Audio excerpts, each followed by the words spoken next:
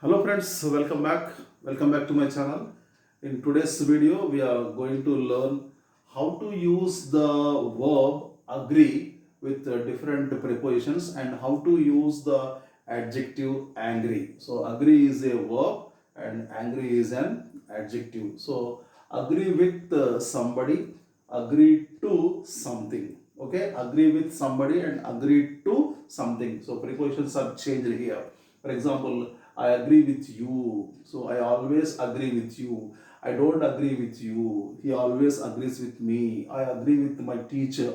I don't agree with my teacher. I agree with my father. I agree with my mother. Like that. So agree to something, not with person, to something. Okay. So I agree to your proposal. I don't agree to your proposal. I agree to your statement. I agree to your answer. Okay. So if it is a person with, we have to use with agree. If it is not a person, something. Okay. So we have to use the preposition to with the verb agree. Now come to the adjective angry. Angry with somebody. Similarly, we have here angry with somebody, angry at something, angry with somebody, angry at something. Okay.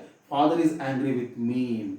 I am angry with you. The teacher is angry with you. The teacher is angry with me. Father is angry at my misbehavior.